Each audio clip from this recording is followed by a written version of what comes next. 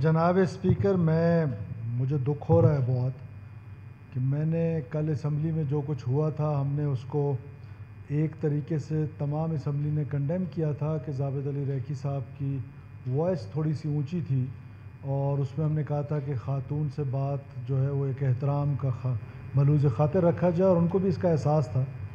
میں نے بذات خود میر لیاقت لیڑی کے سامنے، میر علی مدد جتک کے سامنے میڈم مینا مجید سے معذرت کی تھی، اور اس مسئلے کو کل ہم نے دفن کر دیا تھا۔ اور آج اگر ایک بار پھر یہ ریز کر رہی ہیں، آنریبل منسٹر صاحبہ ہیں، مجھے اچھا نہیں لگتا اس فلور پہ یہ کہتے ہوئے، لیکن یہ زیادتی کر رہی ہیں۔ جب ایک مسئلہ ختم ہو گیا تھا، اس کو دوبارہ ریز کرنے کی کیا ضرورت ہے؟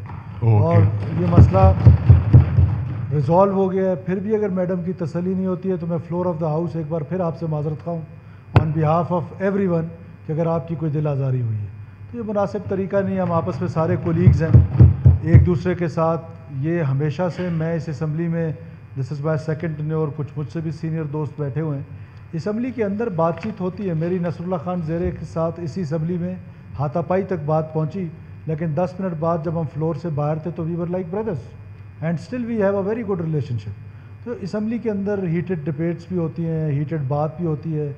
میں اپنے دوستوں کو جو سٹنگ آن مائی لیفٹ، میں ان کو اکثر یہ کہتا ہوں کہ اپوزیشن کا کام ہی تنقید کرنا ہے، جائز یا ناجائز۔ اپوزیشن کا کام ہی شور شرابہ کرنا ہے، because this is the only floor جو ان کے پاس ہے، اس کے علاوہ ان کے پاس کوئی فلور نہیں ہے تو، اور کوئی فورم نہیں ہے۔ تو ہمیں درگزر سے کام لینا چاہیے، ہمیں بڑے پن کا ثبوت دینا چاہیے۔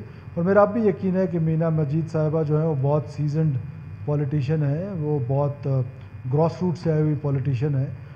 پولیٹکس جو ہوتا ہے وہ ہمیشہ تحمل کا نام ہوتا ہے، پولیٹکس ادب اور احترام کا نام ہے، تو ہمیں اس کو ہمیشہ ملوز خاطر رکھنا چاہیے۔ تو دس ایشو واز ریزالوڈ، اور اس کو ریزالو ہی سمجھا جائے۔ Okay, thank you.